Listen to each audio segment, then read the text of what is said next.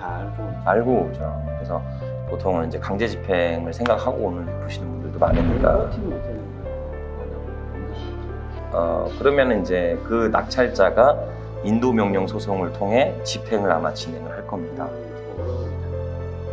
그러면은 뭐 최소 한 3개월에서 4개월 정도는 걸리겠죠. 낙찰되고 나서. 그러니까 뭐 버티셔도 돼요. 버티셔서 조금의 비용을 받아도 되긴 하는데 어차피 법이라는 게 또 내 편에 다 들어서는 건 아니고. 1천만 원 법으로 좀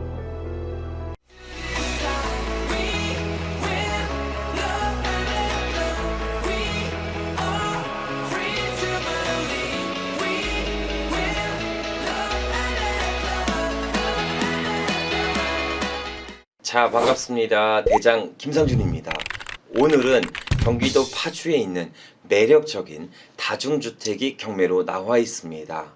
자, 다중주택 투자는 크게 세 가지 장점이 있죠. 그 중에 첫 번째는 비교적 다른 주택 투자 대비 룸 개수가 높아 수익률이 높은 편에 속합니다. 그 외 두 번째는 대지가 30평만 있어도 신축이 가능하기에 소액 투자로 건물주가 가능해집니다.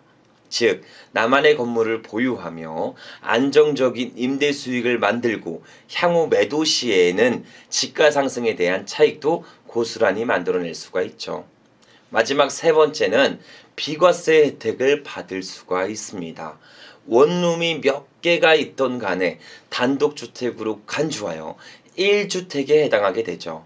즉, 노후에 현재 살고 있는 집을 팔고 해당 다중주택을 통해 임대 수익을 만들고 추후에 매도 차익, 그리고 나서 비과세 혜택까지 받을 수 있게 된다는 겁니다. 자, 이렇게 다른 부동산 투자 대비 다소 매력적인 요소가 있습니다. 그럼 본격적으로 다중주택의 경매물건에 보다 자세한 스펙사항을 공유해드리도록 하겠습니다. 해당 경매물건은 경기도 파주에 위치해 있으며 용도는 근린시설입니다. 토지 면적은 56평이며 건물 면적은 150평으로 건축된 원룸 건물이죠. 감정가는 8억 7천만 원이며 현재는 감정가 대비 70%인 6억 1,440만 원부터 출발하는 물건입니다. 토지 용도는 제2종 일반 주거지역에 위치해 있으며 건물의 사용 승인일은 2018년 2월 21일로 비교적 신축급 컨디션을 보유하고 있습니다. 건물 현황도는 1층부터 5층까지 존재하며 옥탑 4평까지 구성되어 있습니다. 그 외 건물은 제시외 건물이 있으며 총 3군데가 위반 건축물로 등재되어 있죠. 첫 번째는 1층 용도가 근생으로 등록되어 있지만 현재는 2가구 주택으로 사용 중에 있습니다. 두 번째는 5층 용도 또한 근생으로 등록되어 있지만 현재 3가구 주택으로 사용하고 있죠. 마지막 세 번째는 5층 일부분을 판넬 구조로 지붕을 만들어 주거로 활용하고 있습니다. 자, 해당 부분은 제가 현장에 방문해서 양성화가 가능한지 직접 체크해 보도록 할게요. 그럼 가장 중요한 해당 물건에 낙찰 후 인수되는 사항이 있는지를 권리 분석을 해보도록 하겠습니다. 해당 건물의 최초 설정된 권리는 2018년 4월 근저당이며 근저당은 말소기준 권리가 적용되니 낙찰 후 모든 권리는 소멸합니다. 자, 그럼 토지등기부도 확인해 보도록 하시죠. 토지등기부의 최초 설정된 권리는 2017년 근저당이며 이 또한 말소기준 권리로 낙찰 후 모든 권리는 소멸합니다. 즉, 권리상 인수되는 사항이 없는 깨끗한 물건이죠. 건물등기부상 주택 임차권 설정이 다소 존재되어 있기에 현재 일부 호실은 공실로 보여지네요. 자, 그럼 임차인 권리 분석도 진행해 보도록 하겠습니다. 현재 대부분의 임차인들은 후순위로 전입되어 있어 낙찰 후 인수되는 보증금은 없지만 말소기준 권리보다 빠르게 전입한 2명의 임차인이 있습니다. 204호에 전입한 대항력 있는 임차인은 전입, 확정, 배당 전부 정상적으로 신고하였기에 낙찰 후 보증금액을 전액 배당받아 낙찰자가 인수하는 보증금은 없습니다. 단 304호에 거주한 임차인은 임차권 설정은 했지만 배당 요구를 하지 않아 낙찰자가 보증금액을 인수하는 케이스이죠. 이 부분은 입찰가액의 반용 후 임장 활동을 통해 진성적인 임차인인지 재확인해 보도록 하겠습니다. 자, 그럼 수익률 분석도 해보도록 하시죠. 약 16개 호실이 있으며 임대 시세 기준 보증금 500만원, 월세 35만원으로 계산해 보도록 하겠습니다. 35만원 곱하기 16개 호실을 하면 약 560만원의 임대료를 받을 수 있습니다. 현 최저가 6억 2천만원을 기준으로 한다면 수익률은 9%를 예상할 수가 있죠. 공실률 30%를 제외한다고 해도 6% 후반대를 맞출 수 있는 호감적인 물건입니다. 그 외 전세를 구성한다면 16개 호실 최저 5천만원씩 전세를 설정한다면 보증금액만 약 8억 원으로 무피 투자를 통해 지가 상승을 기대해 볼 수 있는 경매 물건입니다. 자, 그럼 주변 인프라 및 시세도 체크해 보도록 하시죠. 반경 600m 안에 금천역, 초등학교, 주민센터, 공원 등이 밀집되어 있어 주거 환경은 양호한 편으로 보여집니다. 금천동 주변 다가구 원룸 및 1.5룸의 기준 월세 시세는 보증금 500만원에 월세 35만원의 시세를 형성하고 있습니다. 해당 경매 물건은 신축급의 컨디션을 유지하고 있어 최소 40만원부터 임대 구성은 충분히 가능할 걸로 보여집니다. 그럼 토지 및 다가구 시세도 체크해 보도록 하겠습니다. 주변 토지 시세는 평당 800만원부터 1000만원대까지 형성하고 있습니다. 해당 경매 물건의 적정 입찰가를 책정해 보도록 하시죠. 토지 시세 최저가 기준 평당 800만원씩 56평을 곱해주면 약 4억 5천만원을 예상할 수 있습니다. 그리고 2018년도에 건축한 신축급 원룸 건물은 감가상각 및 위반 건축물 양성화를 포함하여 평당 최소 200만원씩 150평 건축물을 곱해주면 3억 원이 나오게 되죠. 그럼 최종적으로 토지 매입가 4억 5천만원 플러스 건물 가격 3억을 더해주면 적정 가격 7억 5천만원을 예상할 수 있습니다. 현재 경매 최저가는 6억 1,400만원대로 약 1억 원 정도 저렴한 가격으로 나와 있는 것 같습니다. 자, 여기까지 경기도 파주시 금천동에 위치한 경매 물건에 대해서 말씀드렸습니다. 자, 더 이상 말은 필요 없겠죠? 제가 직접 현장에 나가 보다 자세한 사항을 체크하며 생동감 넘치는 영상을 전달드려 보도록 하겠습니다. 자, 그럼 저와 함께 바로 물건지로 출발해 보시죠.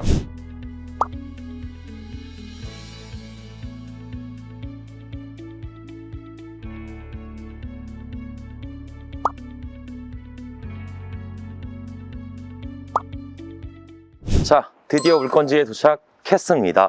오다 보니까 근린생활시설들이 많이 밀집되어 있고 이 바로 앞에가 초등학교예요. 저기 앞에가 바로 초등학교라서 생활 환경은 양호한 편으로 보여집니다. 해당 물건은 사거리, 지금 제가 서 있는 데가 사거리거든요. 이 사거리 코너에 바로 맞닿아 있어서 가시성은 월등한 편으로 보여집니다. 자, 신축된 건물이라 외관상 컨디션은 양호한 편으로 보여지긴 합니다. 자, 이렇게 1층 전면부를 필로티로 다 뚫어서 주차장을 확보한 게 아니라 1층에는 주거의 환경을 일부 뽑아놨고 옆으로 돌아보시면 필로티가 있어요.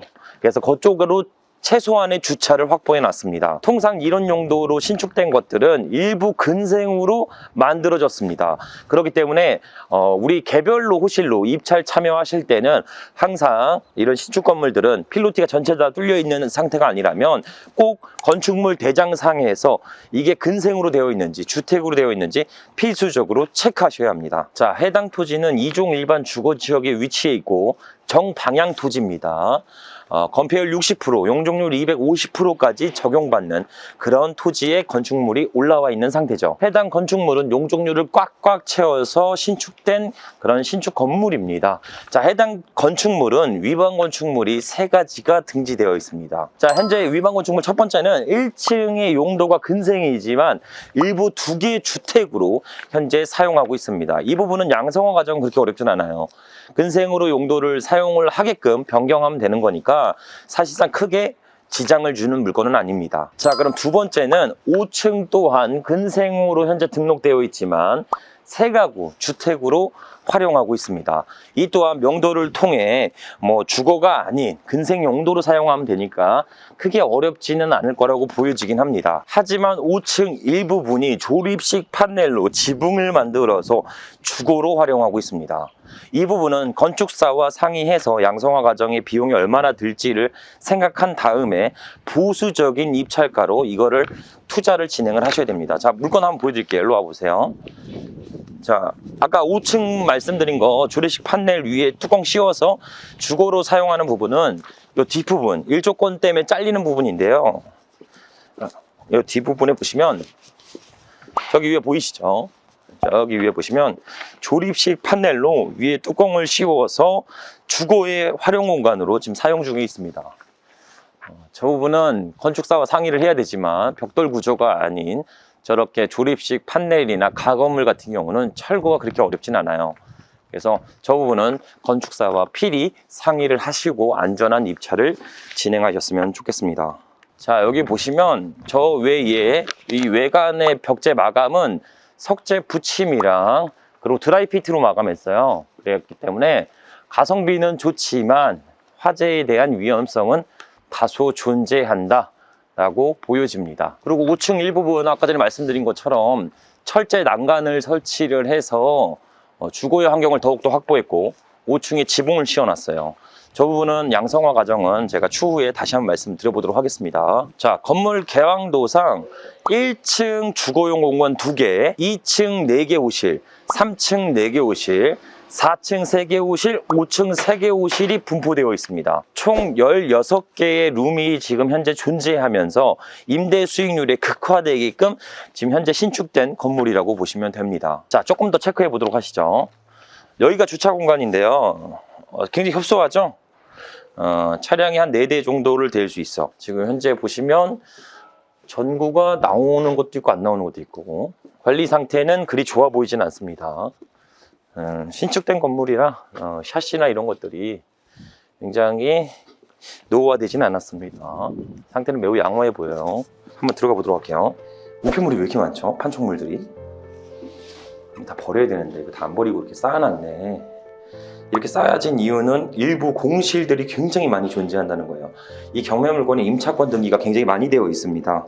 그래서 지금 호실별 공실률이 매우 존재하는 걸로 보여져요. 그리고 안내장 같은 게 있죠. 도시가스, 그죠? 아마 도시가스를 이제 미납하면 자를 거다, 안 나온다.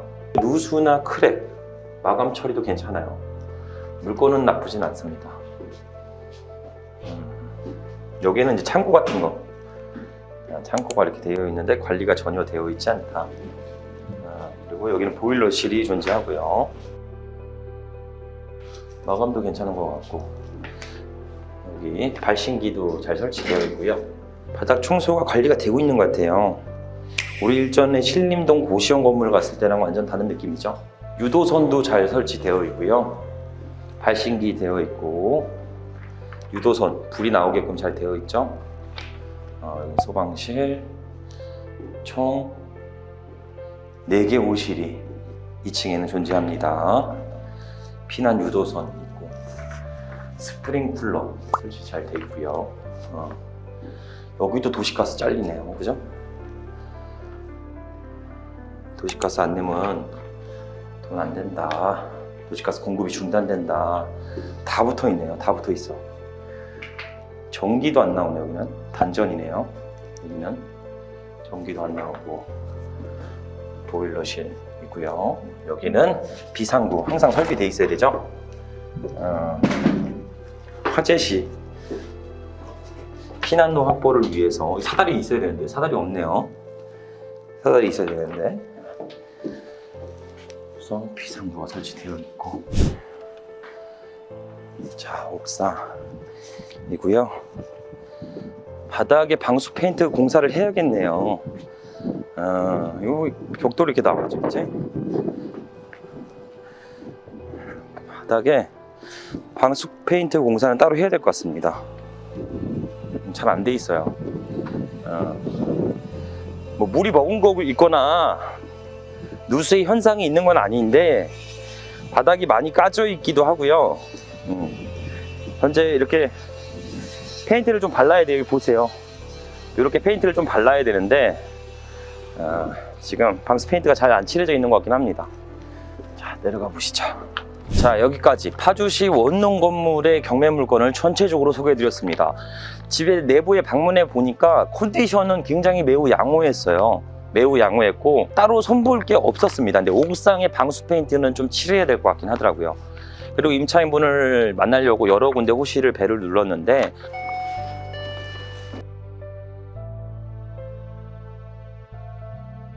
한 분이라도 만날 때까지 그냥 노력을 해보도록 하겠습니다. 뭐 거의 다 공실이었고 현재 전기랑 수도가 끊긴다 라는 안내 메시지가 거의 다 붙어져 있었습니다. 근데 일부 호실 한 분을 좀 만났어요. 만나서 얘기를 나눠보니까 여기는 경매 등기 이후에 전입하셨어요. 계세요? 아, 네, 저 경매 물건 나와서 잠깐 방문 드렸거든요. 아, 안녕하세요. 네, 경매가 나와서 네네. 이거 혹시 그 경매가 전입일이 2020년도에 들어오셨더라고요. 이거 보증금이 4천만 원에 있으신데 배당 요구 다 하셨나요? 네? 배당 요구 다 하셨어요? 이거 뭐 법원 가가지고 뭐 하긴 했는데. 하긴 하셨어요. 근데 이게 경매 이후에 들어오셔갖고 보증금을 이렇게 다 못 받으실 수도 있는데 혹시 요거 따로 체크하셨나요? 그 건물주한테 받는다고 얘기 들으셨나요? 그 건물주가 좀 튀었어요. 아, 도망갔어요? 아, 돈 안 주시고? 네. 연락이 아예 안 되시는 거예요? 그렇죠. 지금 뭐 뭐 저기 했는데. 근데 경매 들어가시고 이게 전입을 하셨어요? 어떻게? 몰랐죠. 모르가셨구나. 그럼 여기 계속 거주는 하시는 걸로 계속 이제 건물주랑 따로 협의를 해서 이 거주하는 데 불편사항은 없으세요? 여기서? 있죠, 많죠. 뭐 연락도 안 되고 관리자 뭐 안 되고 뭐 가끔 막 전기도 막 끊어지고. 전기도 막 끊어져요? 네. 수도는? 수도는 나오는데 이거는 전기도 끊어지고 일단 애로사항이 많아요. 애로사항이 많습니까? 그래서 나중에라도 이 건물이 어떻게 될지 모르니까. 네, 혹시 그 중개사랑 계약 안 하셨어요? 그 중개사한테 책임을 전가할 수 있는데. 중개사도 지금 연락도 안 되고. 중개사들이? 오프라인 매장 있을 거 아니에요? 없으세요?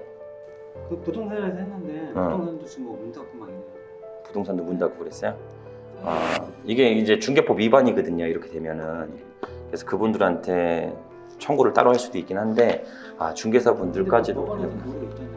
1,400만 원인가 2천만 원인가. 소액 임차인에서 최우선 변제금 범위는 있는데 근데 이게 조건이 경매 등기 이전에 전입을 하셨어요. 등기 이전에. 등기 이후에 전입하면 소액 임차인들을 다 돈 원래 드리는 건데 이후에 되신 분들은 또 해당 사항이 없어서 아예 안 돼요. 네, 경매 이후에 들어오신 분은 아마 경매 낙찰에 배당금을 받지 못해요. 할 수 있는 게 뭐 민사하고 만약에 그러니까 경매 이후 이전에만 들어오셨으면 이제 낙찰이 되면 건물주가 오겠죠. 그 사람하고 조금 이사 비용을 좀 챙겨달라. 아니면 혹은 뭐 그런 거 부분이지 그분들한테 다 이게 당신이 줘라 이렇게 할 권리가 전입이 빠르셨으면 뭐 다른 권리들보다 빠르서 네? 다 알고 오죠. 그래서 보통은 이제 강제 집행을 생각하고 보시는 분들도 많으니까. 버티면 어떻게 되는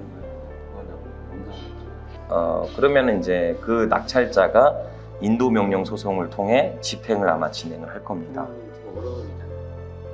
그러면은 뭐 최소 한 3개월에서 4개월 정도는 걸리겠죠. 낙찰되고 나서. 그러니까 뭐 버티셔도 돼요. 버티셔서 조금의 비용을 받아도 되긴 하는데 어차피 법이라는 게 또 내 편에 다 들어서는 건 아니고. 한 1,2천만 원을 받아야지.